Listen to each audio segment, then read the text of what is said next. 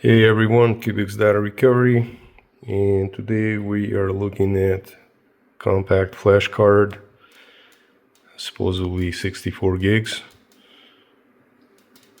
compact flash, 64 gigs, no brand, and it is Express Pro, not Express, but Express. You see the letter T over here. Usually things like that would indicate that it is a fake drive. Also, what I need you to pay attention to is the rear of the cards.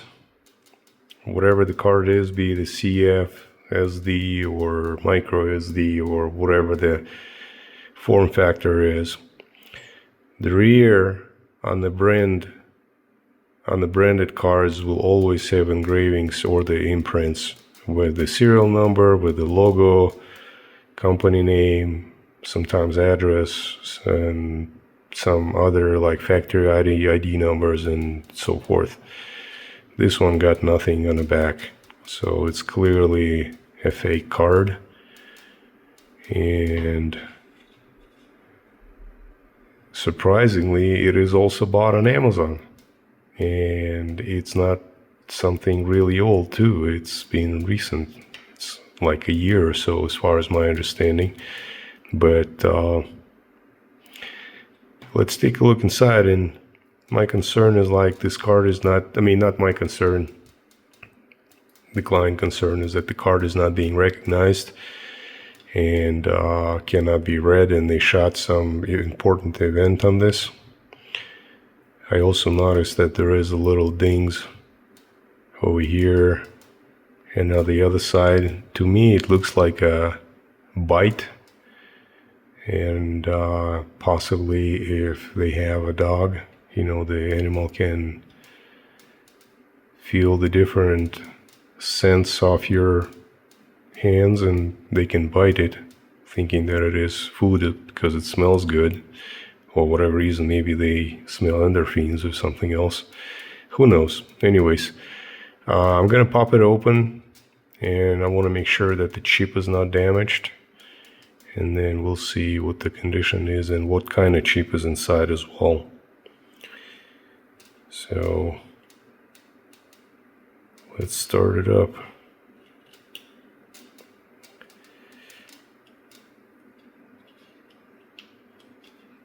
Gotta get corners lifted up a little bit, and then comes out like that.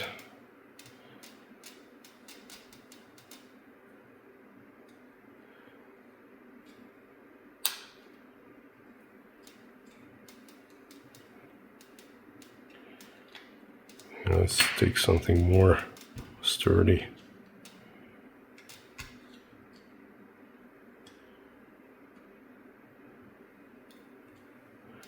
Yeah, we don't want too much of a pressure too, so I'm not gonna damage the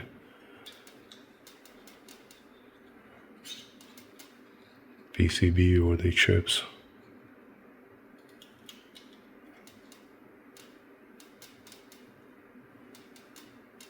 Alright, let's bring this corner a little bit.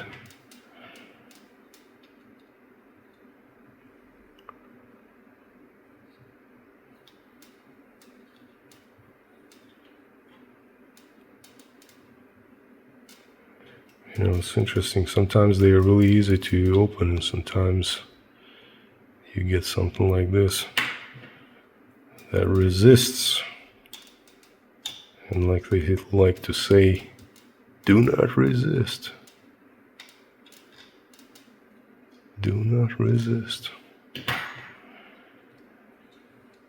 Okay, let's see what we can do from here.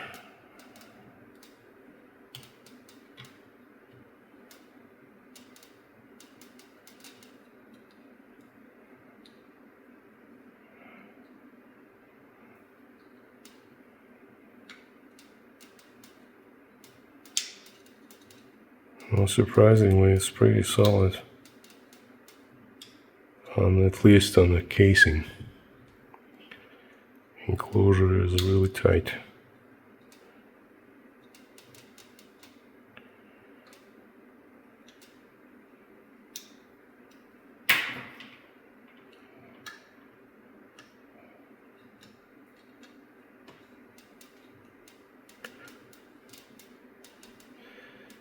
Alright, let's go on the other side here. On the rear end. Let me get it zoomed out a bit.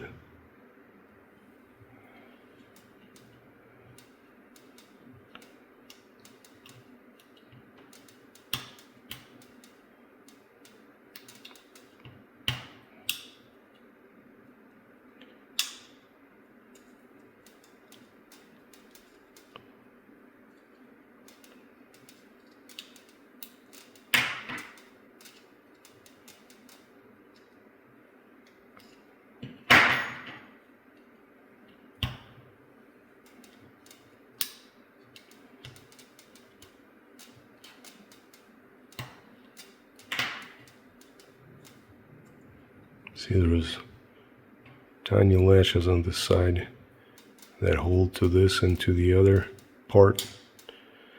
So sometimes they really easy to unlatch, but sometimes they not. So this is the other one when they not easy to unlatch.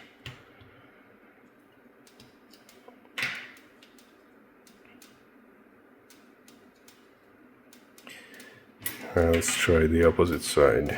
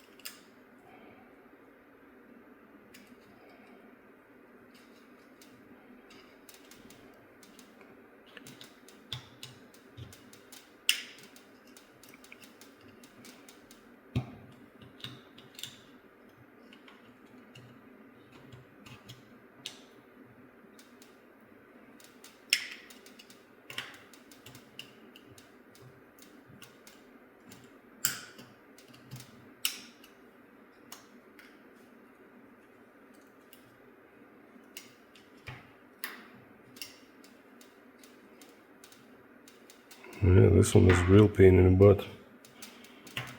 Usually this piece comes out really easy. I don't think it's glued inside, or sometimes they put like a double-sided tape on it, or like a heat adhesive. I don't think there was anything like that on the bottom. At least I'm not feeling anything.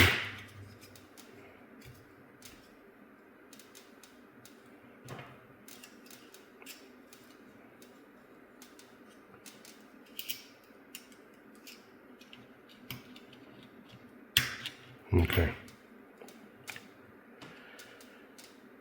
Well, they do have adhesive, but it's not sticky.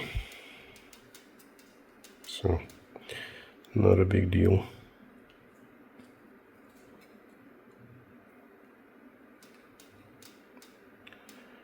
So let me get the other one out.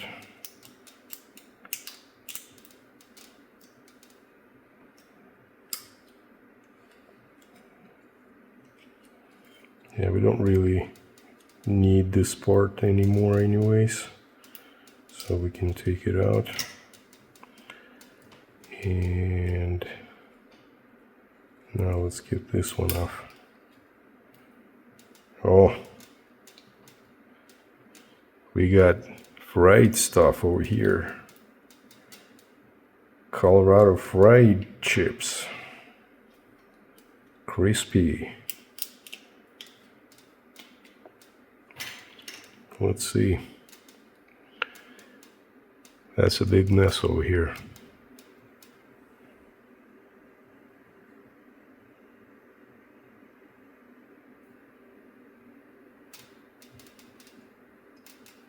It is also funny that it has a protective diode over here, which is intact, which is supposed to protect this chip, but it didn't. Yeah. Alright, well, now this is the only way for this card is a chip off. Desolder chips, dump them, and then try to reassemble them. Not gonna be quick, not gonna be cheap, but if the data is needed, then sadly this is the only way. I'm gonna try to clean it up and see if I can read anything off that, but I doubt it's burned pretty well. Let's actually take a look under the scope, see what's it gonna show us. I'm gonna put in a short pause and set up the scope. Alright, so here's what we got.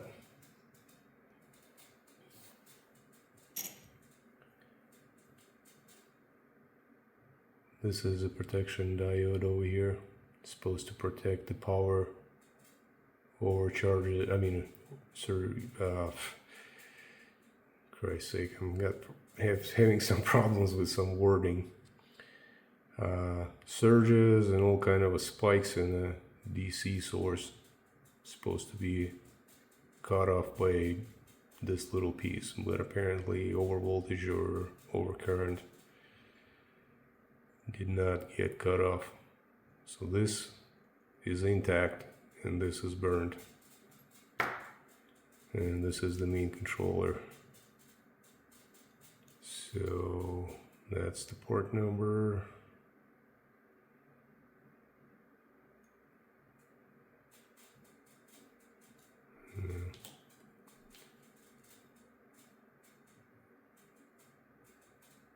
Micron chips.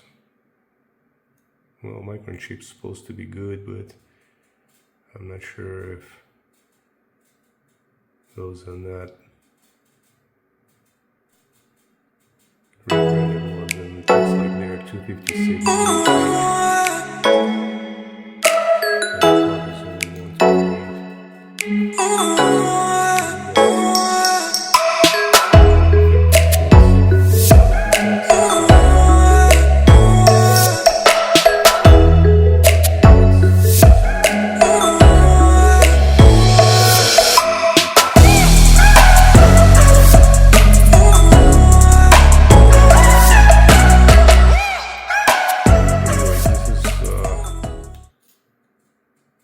Pretty clear what is going on here. I mean, look at this. Let's zoom in.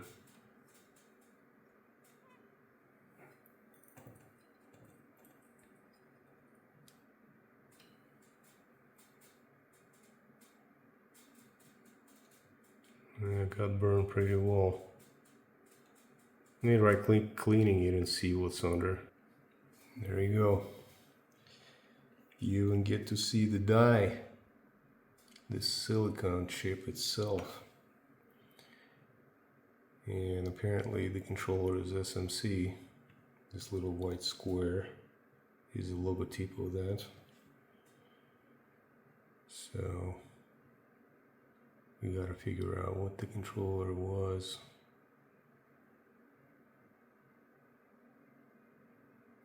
But you can see the die. The shiny part right there. You can even see the arrays. That's pretty cool. Let's try to zoom in even more. See if we can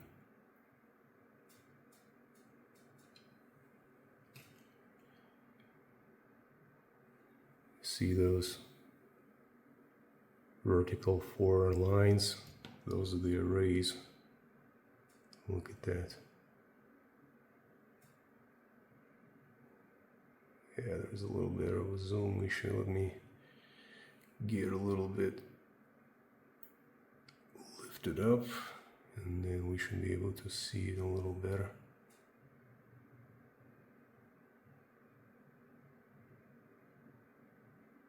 seconds.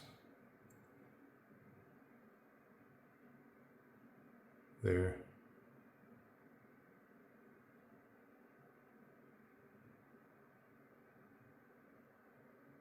Yeah, that's pretty cool. How often do you get to see a silicon? I'm not talking about women's silicons, I'm talking about the stone silicon, the microchip semiconductor.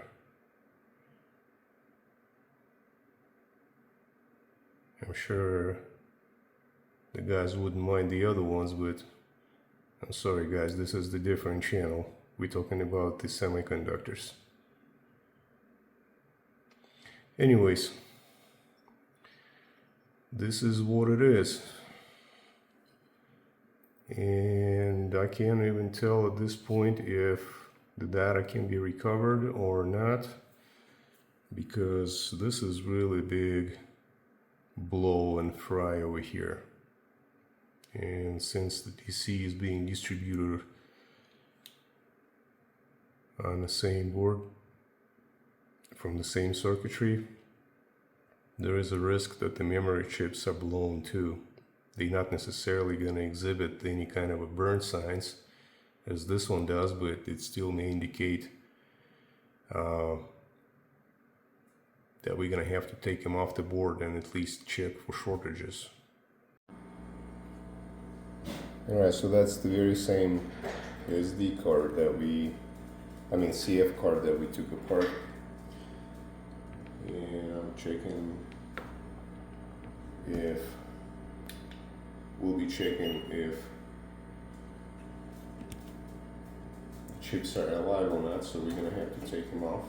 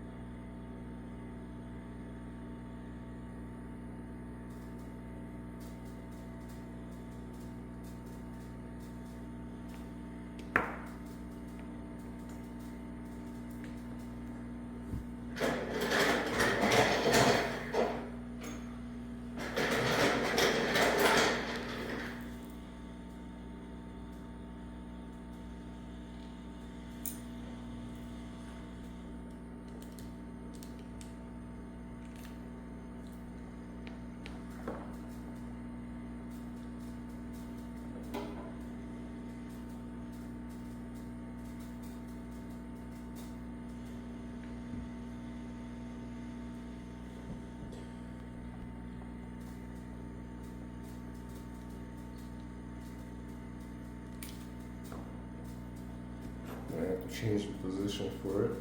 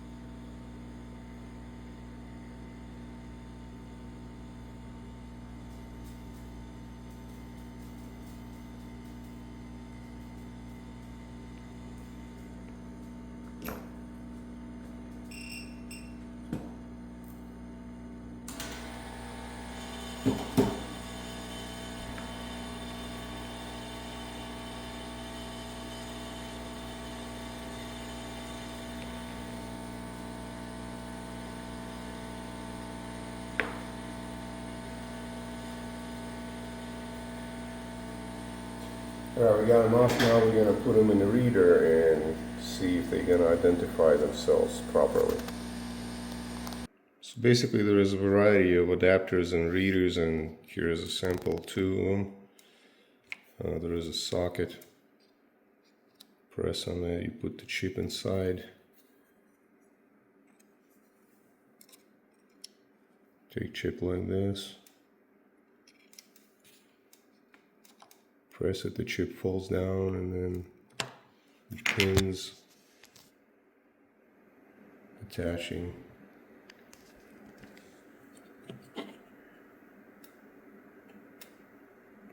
The gold pins are touching the pins on the chip, and then you just read it out. Same way on this one. Press on it, the gold pins release, and then you push the chip down and then unrelease the socket. And then it gets touched there.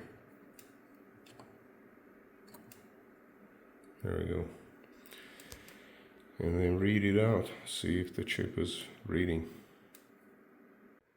Alright, so after messing around a little bit with these memory chips, cleaning them up a little better and looking them a little better, found out there is a engraving on the bottom of the chip says Ming 24A.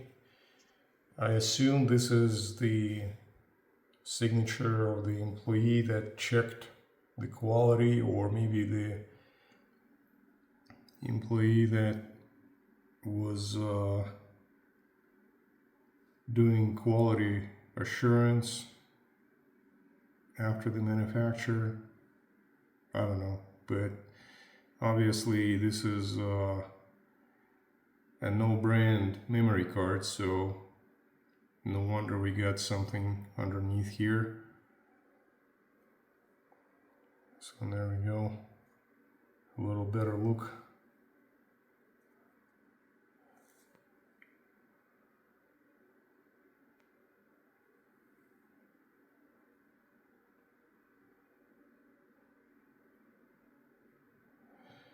Yeah, and another problem that I found out about this card, that actually one of the chips, one of the NAND chips that stores data, is actually damaged as well. It does have a little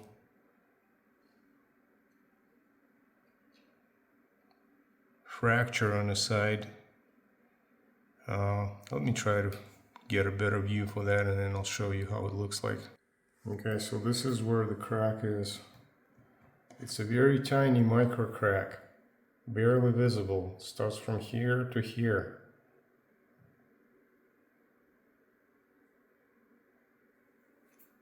And this is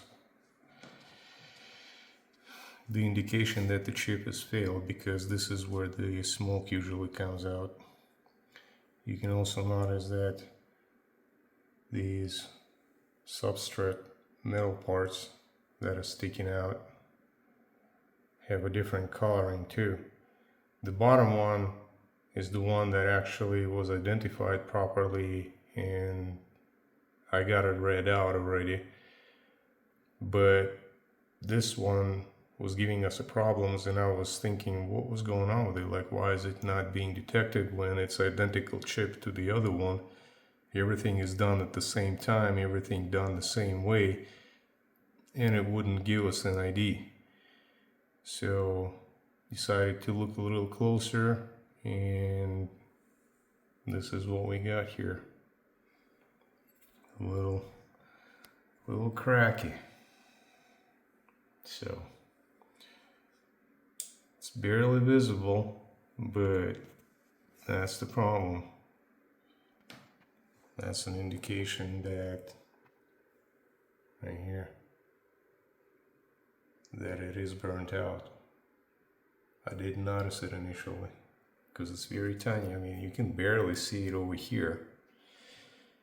So sadly, the best outcome out of this memory chip would be half of the data, because the other half stored on the other chip, and we were able to read only this part. So client is being advised, And this is what happens sometimes when the card goes bad.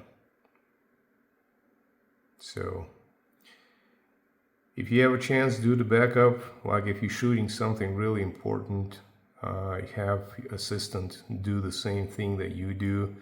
Use different memory cards and use really good quality cards, branded ones. Don't buy them. Don't buy cheap on Amazon. I know you can save a few bucks here and there, but at the end, it's gonna cost you way more. And after seeing that much of an influx of fake drives and fake memory cards and all kind of fake stuff on Amazon, you know, it used to be a great place to buy. You know, there was no fakes. Now eBay was kind of a shady place. But now it seems like the Amazon became eBay, and eBay became even worse than it was to be. So go to the brick and mortar store. I know you pay a little extra for that, but you know, may need a little more time as well, but trust me, you're not gonna regret about it. Stay safe, do the backup. Got questions or comments, post online, and happy data recovery for you and for us. Take care. Bye.